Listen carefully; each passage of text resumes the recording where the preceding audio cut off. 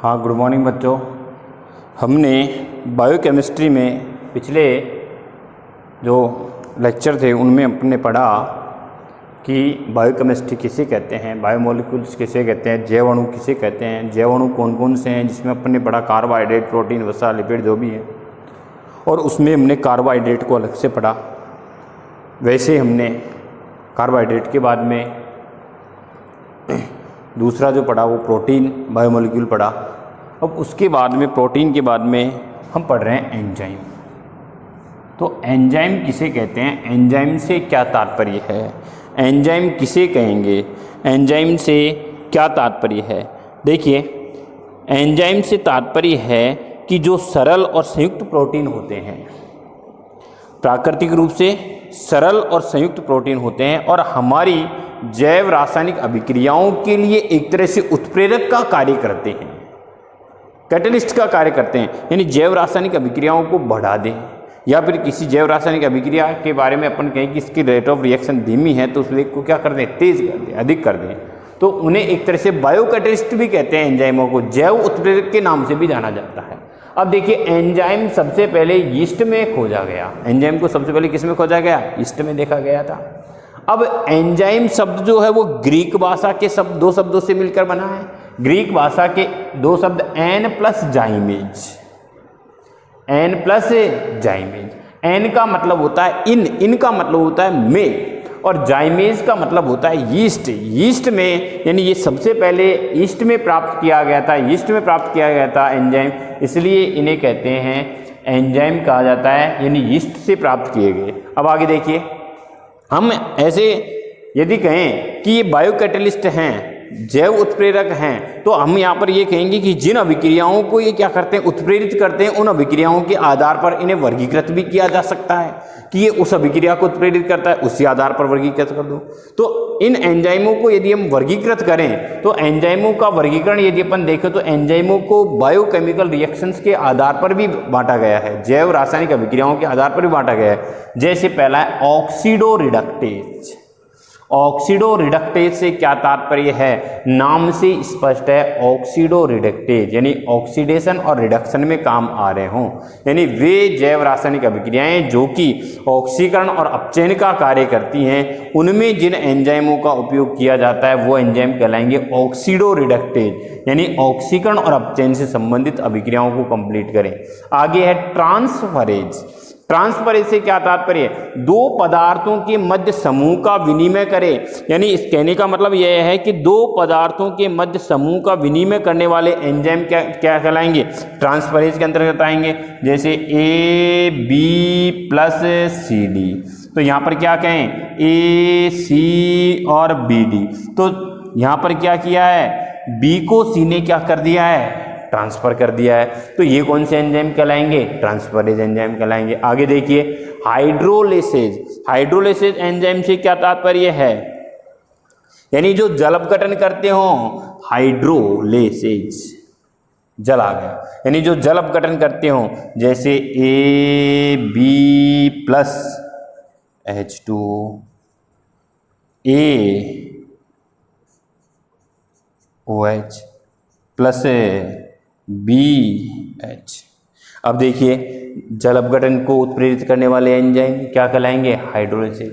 अब आगे देखिए, लाइसेज, नाम से स्पष्ट है, यानी जल अपघटन के अतिरिक्त किसी पदार्थ का यदि निष्कासन करना हो, किसी पदार्थ को बाहर निकालना हो, तो वो एंजाइम किसके अंतर्गत आएंगे, लाइसेज के अंतर्गत आएंगे। अगला है आइसोमरेज। आइसोमरेज का मतलब है समावयवी बनाएं, एक के अनेक रूप बनाएं, एक रूप के अनेक रूप बनाएं तो वो कहलाएंगे आइसोमरेज एंजाइम। उसके अंतर्गत कौन से एंजाइम आते हैं, आइसोमरेज। अगला है लाइगेसेज।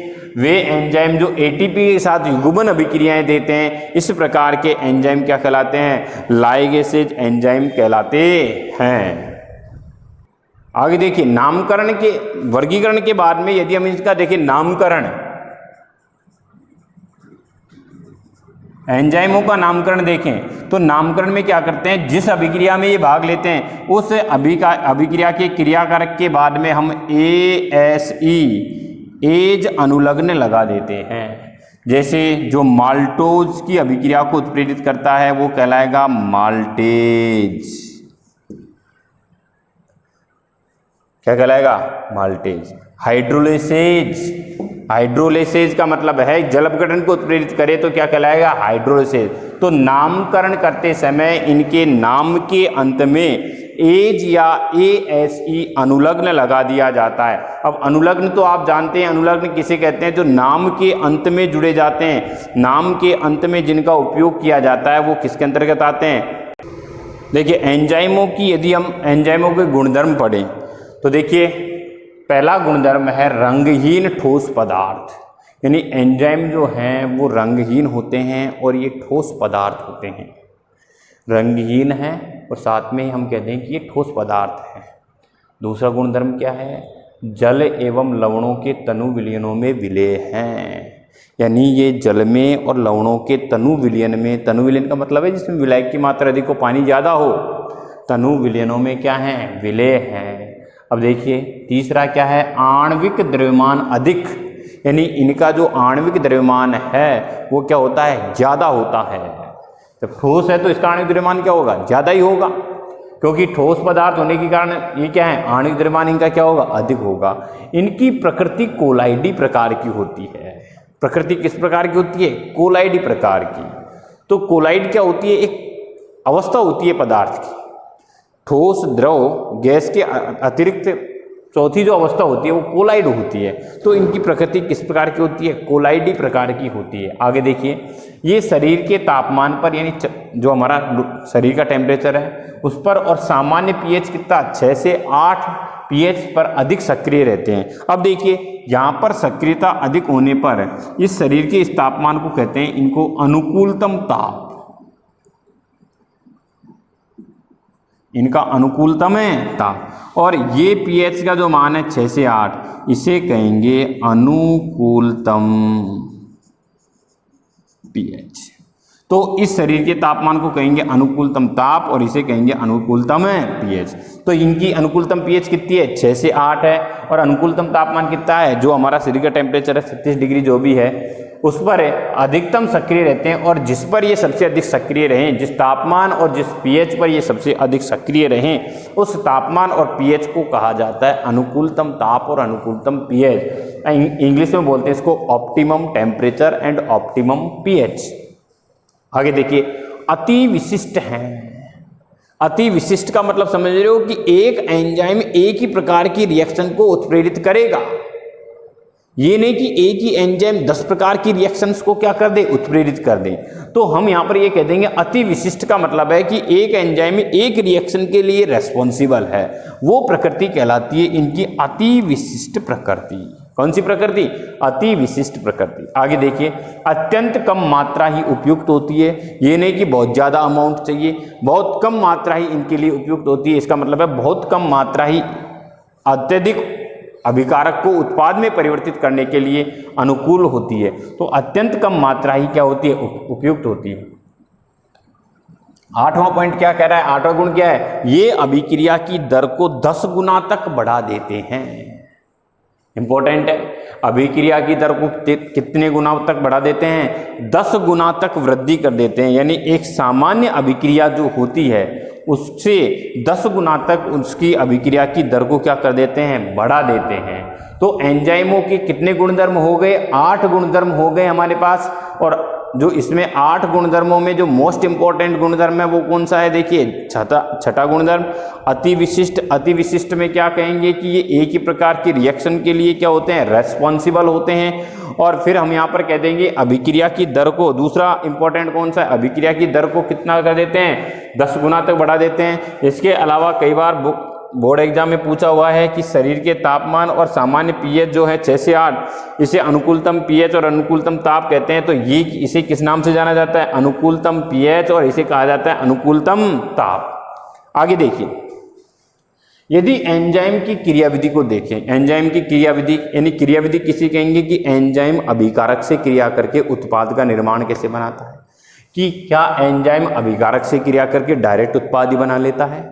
दूसरा कि क्या एंजाइम अभिकारक से क्रिया करके एक से अधिक स्टेप्स में उत्पाद बनाता है, एक से अधिक स्टेप्स को संपन्न करते हुए उत्पाद बनाता है। तो किस प्रकार से अभिक्रिया संपन्न होती है, तो उसका पूरा सिस्टम याद करना है, क्या कहलाता है, अभिक्रिया की क्रियाविधि कहलाएगा। तो देखिए एंजाइम की क्रियाविधि क्या कहलाएगा, एंजाइम की क्रियाविधि से क्या तात्पर्य है, यानी सबसे पहले एंजाइम क्रियाधार से क्रिया करेगा। ई का मतलब होता है एंजाइम, एस का मतलब है सबस्ट्रेट या क्रियाधार। एंजाइम क्रियाधार से क्रिया करके सर्वप्रथम बनाएगा एंजाइम क्रियाधार संकुल। संकुल का मतलब है कॉम्प्लेक्स में ले लिया, ये कॉम्प्लेक्स। तो एंजाइम क्रियाधार से क्रिया करके सर्वप्रथम एंजाइम क्रियाधार संकुल कहलाता है, बनाएगा। ये हो गया इसका स्टेप फर्स्ट। अब यहां पर एंजाइम क्रियाधार संकुल, आगे स्टेप सेकंड की बात करते हैं। एंजाइम क्रियाधार संकुल जो है,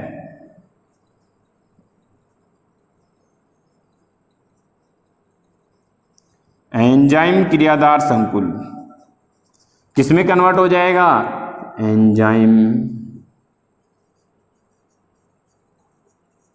मध्यवर्ती संकुल।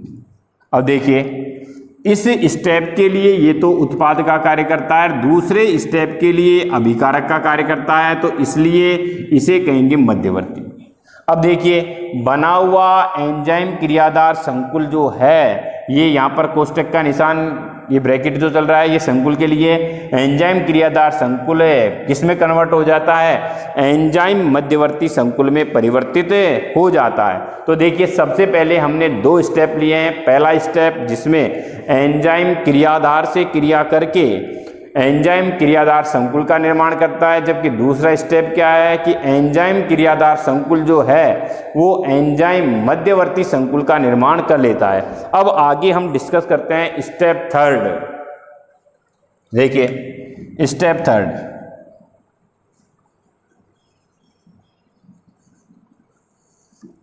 थर्ड स्टेप में देखिए ये एंजाइम मध्यवर्ती संकुल, एंजाइम मध्यवर्ती संकुल, ये किसमें परिवर्तित हो रहा है, एंजाइम उत्पाद संकुल में। पी का मतलब प्रोडक्ट, उत्पाद। आगे देखें एंजाइम उत्पाद संकुल, ये किसमें कन्वर्ट हो रहा है, एंजाइम और उत्पाद में। ये हो गया स्टेप 4। तो हम यहाँ पर ये कहें कि एंजाइम जो है क्रियाधार से क्रिया करके उत्पाद जो बनाता है उसके बीच में 4 स्टेप्स से रिएक्शन कंप्लीट होती है। पहला स्टेप जिसमें एंजाइम क्रियाधार से क्रिया करके एंजाइम क्रियाधार संकुल बनाता है। दूसरा स्टेप जिसमें एंजाइम क्रियाधार संकुल एंजाइम मध्यवर्ती संकुल में परिवर्तित हो जाता है। तीसरा स्टेप जिसमें एंजाइम मध्यवर्ती संकुल किसमें कन्वर्ट हो जाता है, एंजाइम उत्पाद संकुल में परिवर्तित हो जाता है। और बाद में चौथा स्टेप जो फाइनल स्टेप है उसमें एंजाइम उत्पाद संकुल, यहाँ पर ब्रैकेट जो है ना ये संकुल के लिए है, ये एंजाइम प्लस उत्पाद में परिवर्तित हो जाता है। तो एंजाइम क्रियाधार से क्रिया करके उत्पाद बनने वाले के लिए कितने स्टेप्स हो गए, 4 स्टेप्स हो गए। आगे देखिए ये जो एंजाइम उत्पाद जो इसमें अपन देख रहे हैं ये क्या है, एंजाइम क्रियाधार संकुल, ये मध्यवर्ती संकुल, ये उत्पाद संकुल और एंजाइम और उत्पाद। ये कोष्टक का निशान जो ब्रैकेट का निशान जो अपन देख रहे हैं वो किससे संबंधित है, संकुल से संबंधित है। देखिए बच्चों एंजाइमों की उपयोगिता यदि हम देखें तो एंजाइमों की उपयोगिता से क्या तात्पर्य है कि एंजाइमों का कहाँ कहाँ उपयोग किया जाता है। तो एंजाइमों का जहाँ जहाँ पर उपयोग किया जाता है वो पहला है पाचन क्रिया में। हमारे शरीर में डाइजेस्टिव सिस्टम में किसका उपयोग किया जाता है, एंजाइम का उपयोग होता है। जैसे ट्रिप्सिन, पेप्सिन, ये एंजाइमों का उपयोग किसमें किया जाता है, पाचन क्रिया में किया जाता है। इसके अलावा रोगों की रोकथाम में हमारी कई डिजीज ऐसी होती है जिनकी रोकथाम के लिए एंजाइमों का उपयोग किया जाता है, जैसे एल्बिनिज्म नामक बीमारी की रोकथाम के लिए ट्रायोसिनेज नामक एंजाइम का उपयोग किया जाता है। एल्बिनिज्म नामक बीमारी के लिए ट्रायोसिनेज एंजाइम का उपयोग किया जाता है, इंपॉर्टेंट डाल लीजिए इसमें। इसके अलावा हृदय रोग के लिए, हार्ट जो डिजीज है उसमें स्ट्रेप्टोकाइनेज नामक एंजाइम का उपयोग किया जाता है। हृदय रोग में स्ट्रेप्टोकाइनेज नामक एंजाइम का उपयोग करते हैं।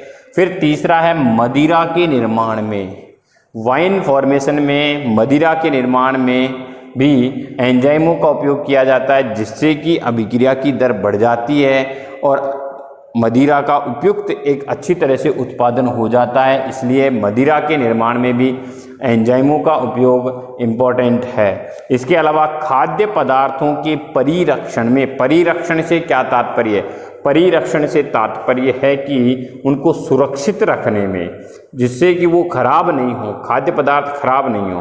अब खाद्य पदार्थों के परिरक्षण, जैसे डिब्बा बंद जो जूस आते हैं उनमें भी एंजाइम्स का उपयोग किया जाता है। इसके अलावा फूड पैकेट्स जो होते हैं उनमें भी एंजाइम का उपयोग किया जाता है। इसके अंतर्गत आते हैं इसमें खाद्य पदार्थों के परिरक्षण। तो परिरक्षण से क्या तात्पर्य है?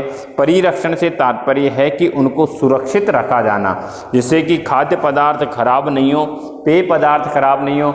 इनके परिरक्षण में किसका उपयोग किया जाता है? एंजाइमों का उपयोग किया जाता है। तो ये हैं एंजाइमों के उपयोग। जो 4 उपयोग हैं उनमें इम्पोर्टेंट जो उपयोग है उसमें रोगों की रोकथाम के लिए है, जिसमें एल्बिनिज्म और हृदय रोग से संबंधित जो ट्रायोसिनेज और स्ट्रेप्टोकाइनेज नामक एंजाइमों का उपयोग किया जाता है।